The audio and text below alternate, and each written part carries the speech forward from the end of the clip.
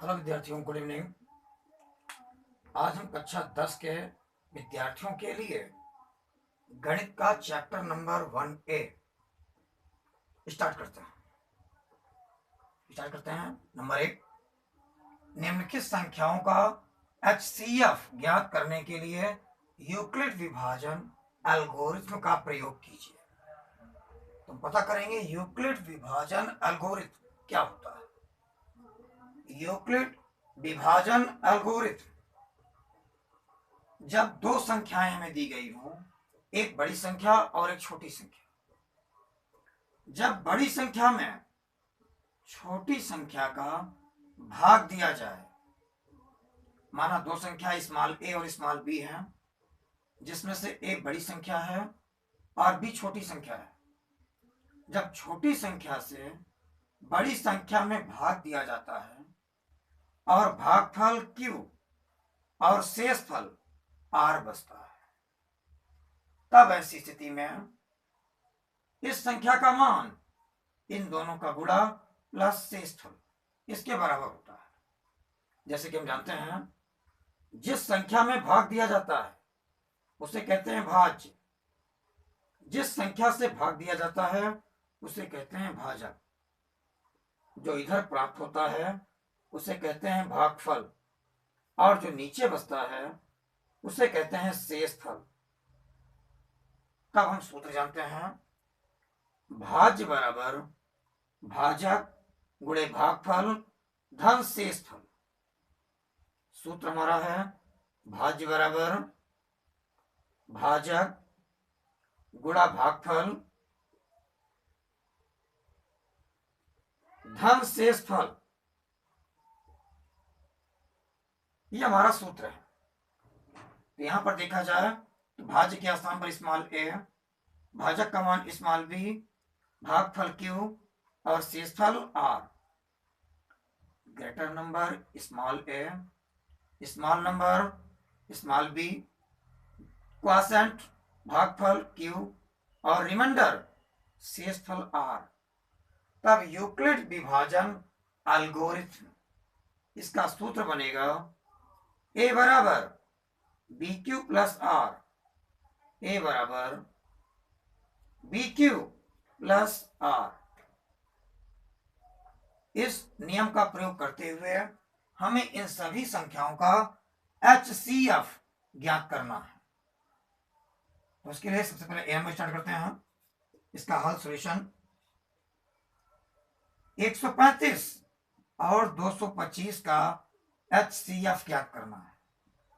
तो दोनों संख्याओं में जो भी छोटी संख्या है उसका बड़ी संख्या में भाग देने पर डिवाइड करेंगे। 135 का हम भाग देंगे 225 में, जैसा भाग्य से HCF मासा का मान हम ज्ञात करते हैं। HCF जिसे हम हिंदी में कहते हैं मासा या मासापा, महत्तम समापवर्तक, हाईएस्ट कॉमन फैक्टर। तो छोटी संख्या से बड़ी संख्या में पहले भाग देंगे। 135 एकम 135, अब घटाएंगे। 5 में से 5 निकल गया 0, 2 में से 3 नहीं घटता है, उधार लेंगे 12 होगा, 12 में से 3 निकल गया 9, 1 में से गए कुछ नहीं, 90 बचा शेष।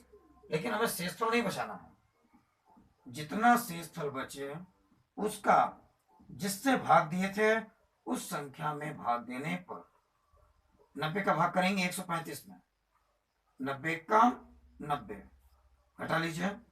5 में 0 निकल गया 5, 11 में से 9 घट गया, बचा केवल 4, 45। अब 45 का हम भाग देंगे 90 में, 45 का भाग देंगे 45 दूना 90, घटाएंगे।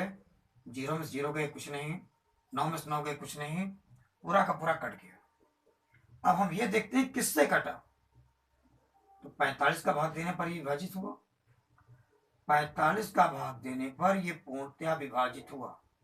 तो जिससे विभाजित हुआ वही संख्या हमारा हो जाता है इन दोनों संख्याओं का HCF। लेकिन इसे यूक्लिड विभाजन एल्गोरिथ्म के रूप में लिखना है, अर्थात हमें करना है a बराबर बी क्यू प्लस आर के रूप में, इसलिए उस रूप में भी हम इसको लिखेंगे a बराबर बी क्यू प्लस आर के रूप में।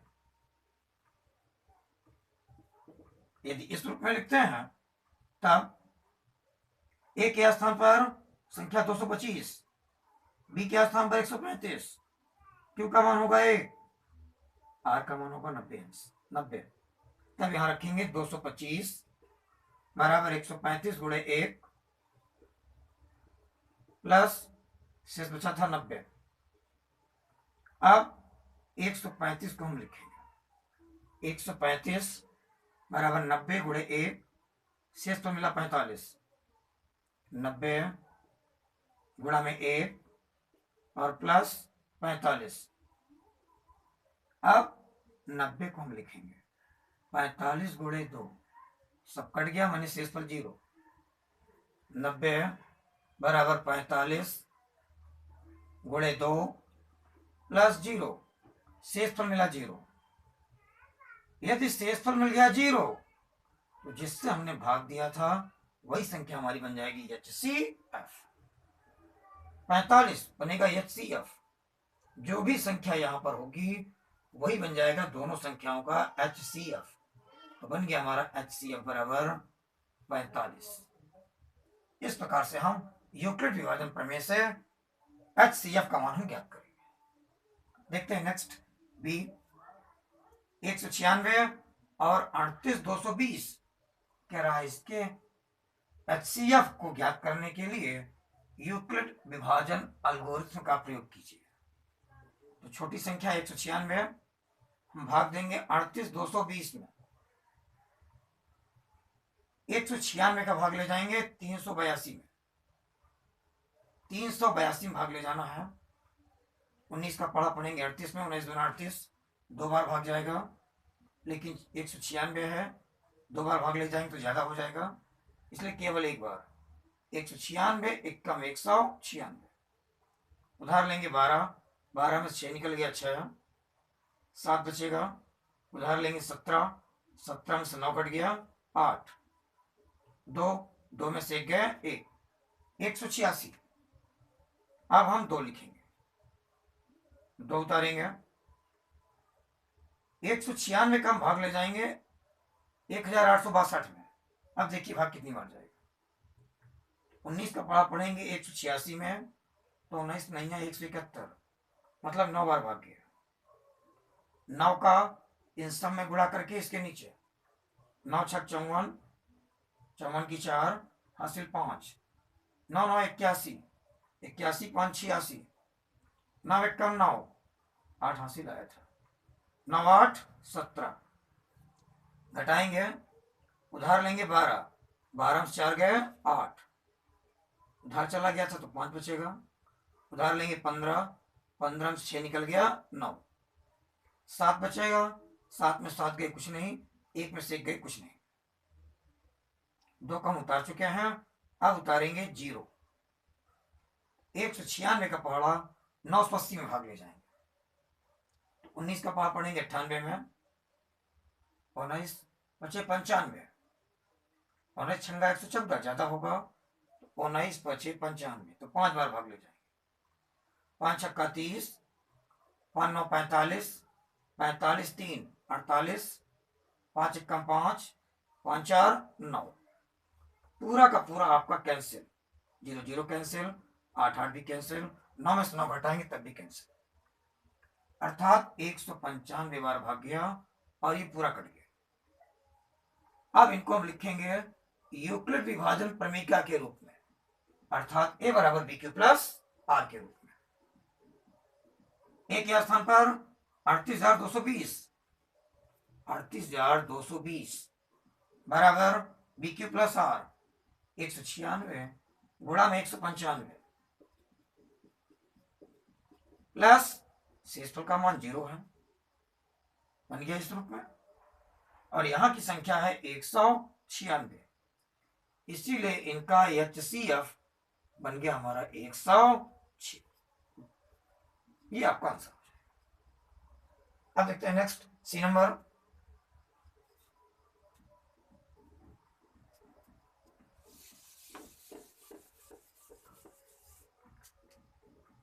सी नंबर के लिए 867 और 255 दोनों गिनतियों में हम देख रहे हैं 255 छोटी संख्या है और 867 बड़ी संख्या है। तो 255 का हम भाग देंगे 867 में। भाग ले जाइए। 25 का पढ़ा पढ़ेंगे 86 में, तो 25 3 75 अर्थात 3 बार भाग गया। 3 पचे 15, 3 पचे 15 1 16, 3 दूना 6 6 1 7, 7 में से 5 घटाएंगे 2, 6 में से 6 गए 0, 8 में 7 गए 1। अब भाग नहीं जाएगा। 102 का हम भाग देंगे 255 में। भाग ले जाएंगे। 102 दूना 204, घटाएंगे 5 में से 4 निकल गया 1, 5 उतारेंगे, 2 से 2 कैंसिल, शेष तो बचा 51। अब 51 का भाग देंगे 102 में। 51 का दुगुना 102, पूरा का पूरा कैंसिल। और जब पूरा कैंसिल हो गया तो अब लिखेंगे यूक्लिड विभाजन एल्गोरिथ्म के रूप में। ए बराबर बी क्यू प्लस आर। ए के स्थान पर 867 बराबर 255 गुणे 3 प्लस 102। 255 गुणा में 3 प्लस रिमाइंडर 102। अब 255 इसको हम लिखेंगे 102 गुणा में 2 प्लस 51। अब 102 इसको हम लिखेंगे 51 गुणे 2 प्लस 0। 51 गुणा में 2 प्लस 0 किससे कैंसिल हुआ था? 51 से। अर्थात दोनों संख्याओं का HCF 51 होगा। इसीलिए HCF बराबर 51, ये हो गया हमारा आंसर। इस प्रकार से हम यूक्लिड विभाजन एल्गोरिथम के प्रयोग से HCF का मान ज्ञात करते हैं। ओके, इसकी साथ लेना चाहें बच्चों तो ले सकते हैं। अब देखते हैं इसका अगला इंपॉर्टेंट क्वेश्चन।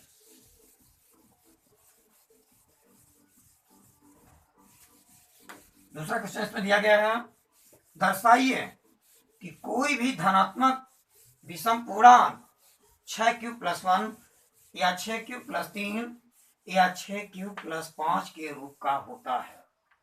तो यूक्लिड विभाजन प्रमेयिका का प्रयोग करके हमें पता करना है।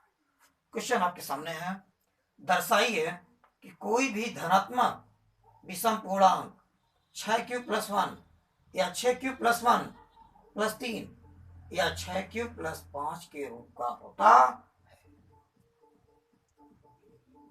नंबर 2, कोई भी धनात्मक विषम पूर्णांक, हमें दर्शाना है कोई भी धनात्मक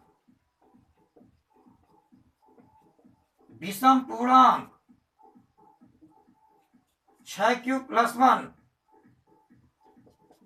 या 6q+5 या 6q+1 6q+3 है यहां पर, या 6q+5 के रूप का होता है। पहले तो आप ये क्वेश्चन लिख लेंगे। क्वेश्चन लिखने के बाद जो हमारा यूक्लिड विभाजन प्रमेय का सूत्र है, यूक्लिड विभाजन प्रमेय ए बराबर बी क्यू प्लस आर से तुलना करने पर सबसे पहले हम यूक्लिड विभाजन प्रमेय ए बराबर बी क्यू प्लस आर, इससे हम कंपेयरिंग करेंगे, तुलना करेंगे। और जब तुलना करेंगे B Q plus R, B Q plus R, B Q plus R, B Q plus R, अर्थात बी के स्थान पर 6 प्राप्त होता है। बी बराबर 6, जबकि क्यू बराबर क्यू। क्यू के स्थान पर क्यू है। आर का मान हम संभावित मान हम मानते हैं। आर के संभावित मान क्या क्या हो सकते हैं, इसके क्या क्या मान हो सकते हैं ये पता करेंगे। देखते हैं दो संख्या कौन कौन से लिए थे, ए और बी। जब हम बड़ी संख्या में छोटी संख्या का भाग देते हैं तो भागफल मिलता है क्यू और शेषफल मिलता है आर। जब भी हम किसी संख्या का किसी अन्य संख्या में भाग देते हैं तो शेषफल जब भी मिलता है वो हमेशा इससे छोटा मिलता है, कभी भी इससे बड़ा होना संभव नहीं है। जैसे अगर हम 5 का भाग देंगे 21 में तो 5 का भाग देंगे 5 और 20, कैंसिल, शेष तो बचेगा इसमें 1। कहने का मतलब अगर 5 से भाग दिया गया है तो शेषफल या तो 0 मिलेगा, या तो 1, या 2, या 3, या तो 4। 5 भी होना संभव नहीं है, उससे एक कम तक 0 से लेकर के इतने शेषफल हमको प्राप्त होते हैं।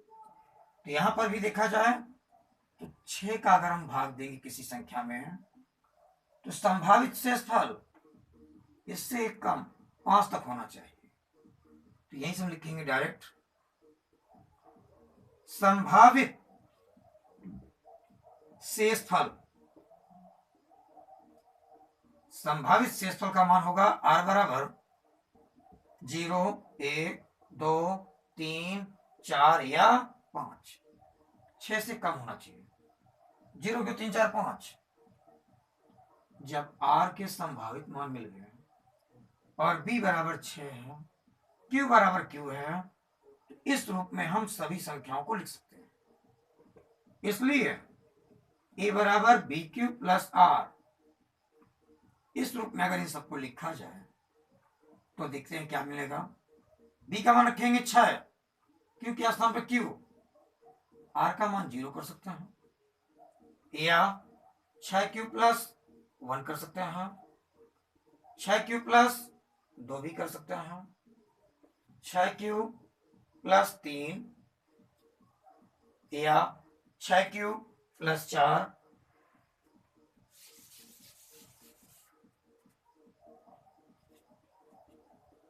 या 6 क्यू प्लस 5। इस रूप में ए के मान को लिखा जा सकता है। अब हम सवाल को ध्यान देंगे क्या कह रहा है। कोई भी धनात्मक विषम पूर्णांक, तो हम शेषफल को देखेंगे कौन कौन सी विषम संख्या है। 0 इसे हम सम संख्या कहते हैं, 1 ये विषम संख्या है, 2 सम संख्या है, 3 ये भी एक विषम संख्या है, 4 सम है और 5 भी विषम संख्या है। तो जो भी शेषफल है जो इस रूप में होगा उन्हीं को हम लिखेंगे। क्या लिखेंगे, चूंकि 1, 3 और 5 धनात्मक विषम पूर्णांक है, धनात्मक विषम पूर्णांक है। अतः अब फिर इस क्वेश्चन को लिखेंगे, कोई भी धनात्मक विषम पूर्णांक 6 क्यू प्लस 1 या 6 क्यू प्लस 3 या 6 क्यू प्लस 5 के रूप का होता। ये चीज आपको सिद्ध करनी थी। इस प्रकार से इसको आप लिख सकते हैं, हमने प्रूफ किया, सिद्ध किया। ये आपका आंसर हो गया। 3rd नंबर क्वेश्चन देखते हैं। किसी परेड में 616 सदस्यों वाली एक सेना की टुकड़ी को 32 सदस्यों वाले आर्मी बैंड के पीछे मार्च करना है। 616 सदस्यों की एक सेना की टुकड़ी है, जिसमें 616 सदस्य हैं।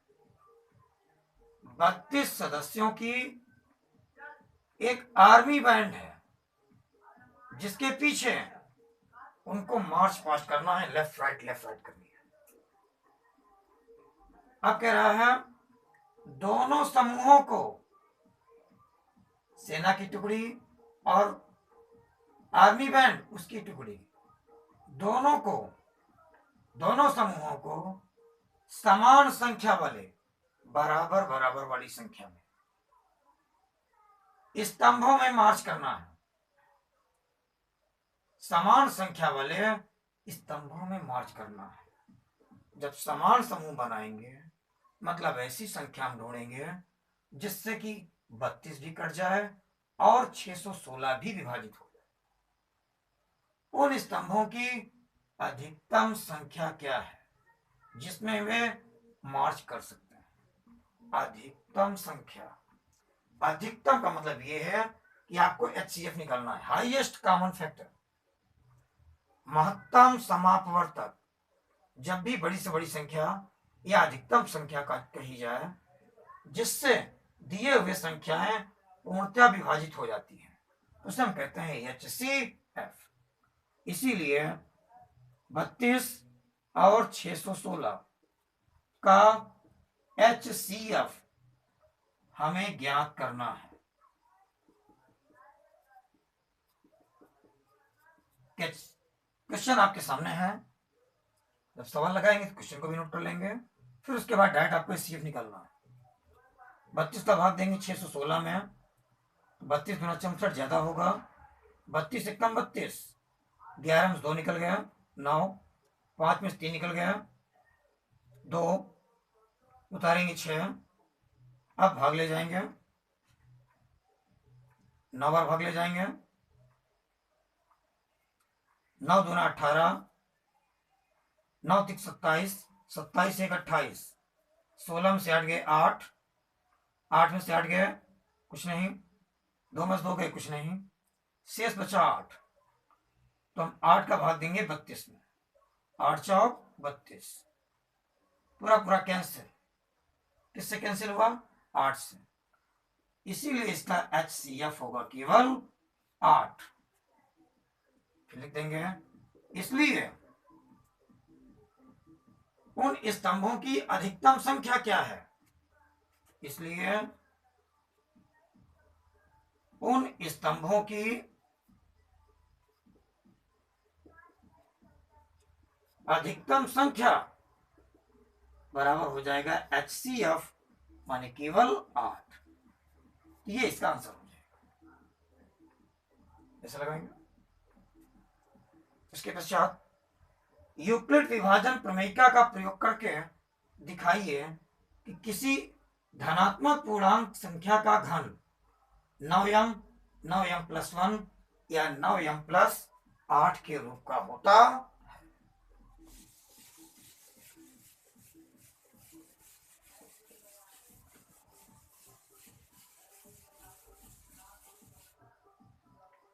किसी धनात्मक पूर्णांक का घन, नंबर 4, किसी धनात्मक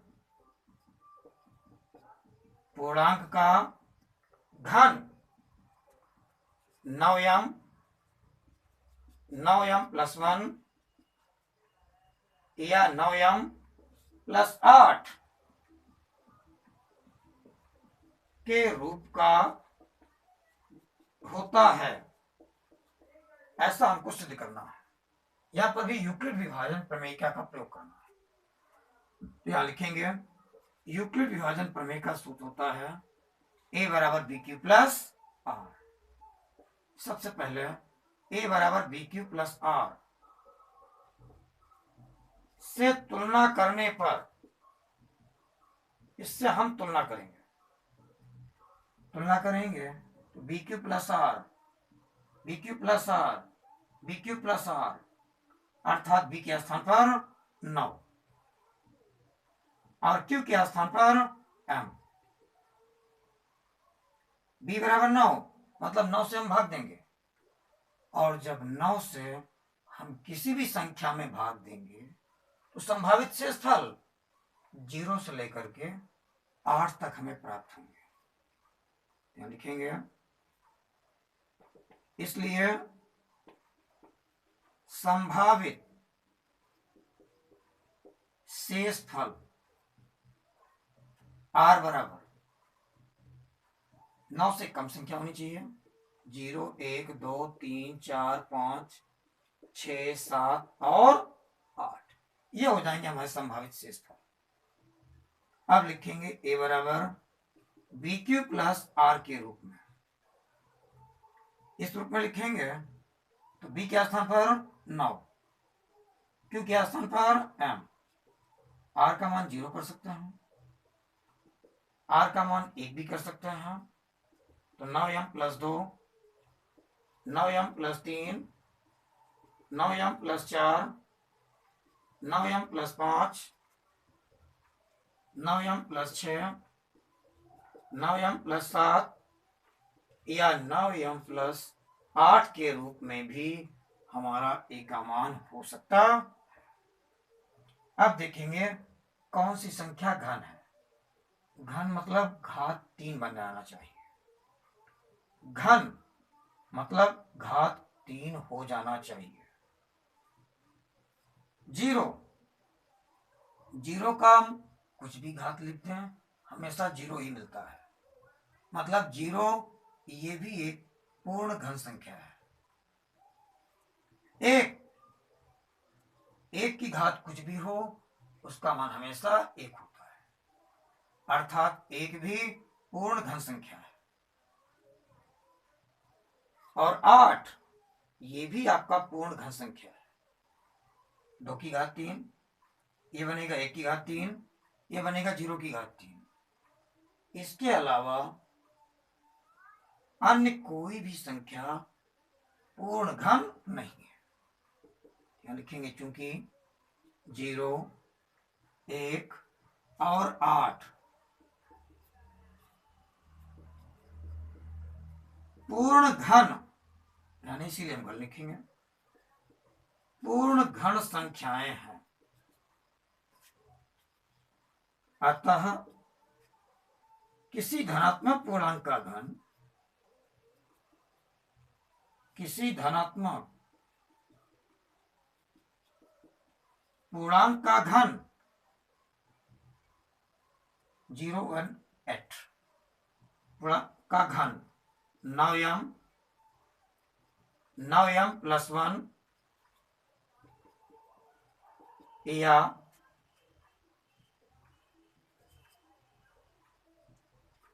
9m प्लस 8 के रूप का होता। इस प्रकार से आप अपना क्वेश्चन सॉल्व कर सकते हैं, बिल्कुल सरल मेथड और बिल्कुल करेक्ट, कहीं से कोई समस्या नहीं। एट लास्ट नंबर 5, किसी धनात्मक पूर्णांक का वर्ग q के लिए 4q या 4q प्लस 1 के रूप का होता है। किसी धनात्मक पूर्णांक का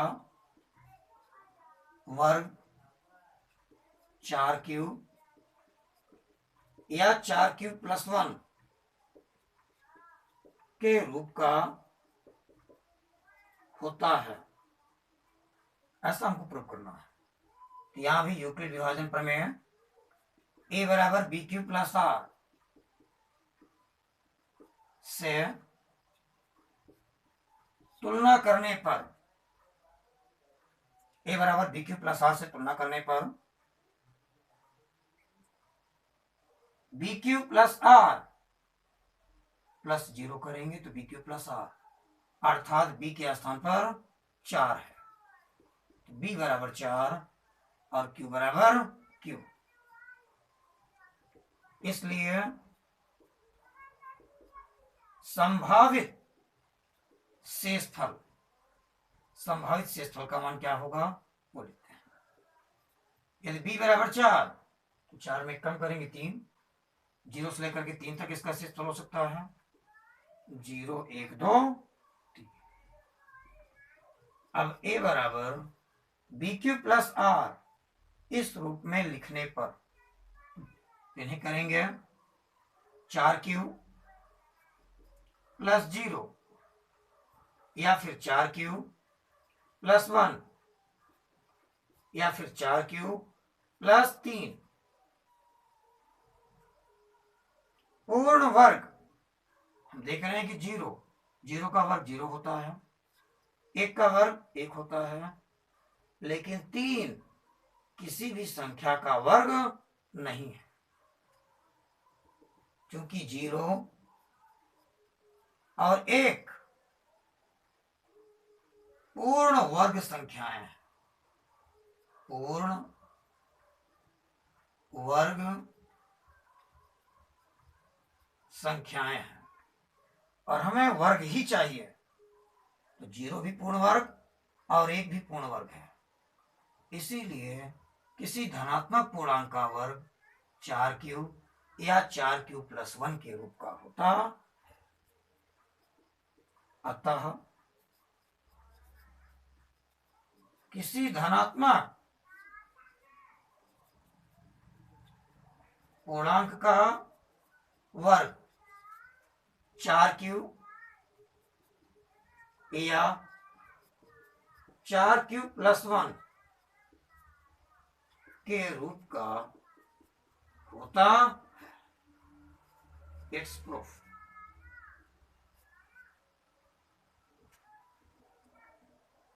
हम उम्मीद करते हैं कि बच्चों आपको इस चैप्टर के क्वेश्चन अच्छी बात से बड़ी बात से समझ में आ गए होंगे। यदि समझ में नहीं आए या कोई भी समस्या है तो आप तुरंत हमारे पास कमेंट बॉक्स में कमेंट कीजिए और तुरंत सूचित कीजिए, उसका हल आपको मिलेगा। प्रयास करेंगे आप हमारे चैनल पर सहयोग करें और चैनल को भी सब्सक्राइब करें और अपने संपर्क में 4 6 10 जो भी संभव हो उनको इससे भी सब्सक्राइब करने के लिए कहें और कक्षा 10 के सभी विद्यार्थी इन प्रश्नों का अच्छी प्रकार से अध्ययन करें। संभवतः जो भी प्रश्न आपको यहां पर बताए जा रहे हैं अथवा बताए जाएंगे, सेम वही प्रश्न आपको बोर्ड एग्जाम में मिलेंगे या इसी प्रकार के क्वेश्चन आपको मिलेंगे। इसके अलावा अन्यत्र कहीं से भी बोर्ड एग्जाम परीक्षा में प्रश्न नहीं आएंगे। ये हमारा अनुभव है। इसीलिए अच्छी प्रकार से आप अध्ययन करें। तो हम मिलते हैं नेक्स्ट वीडियो।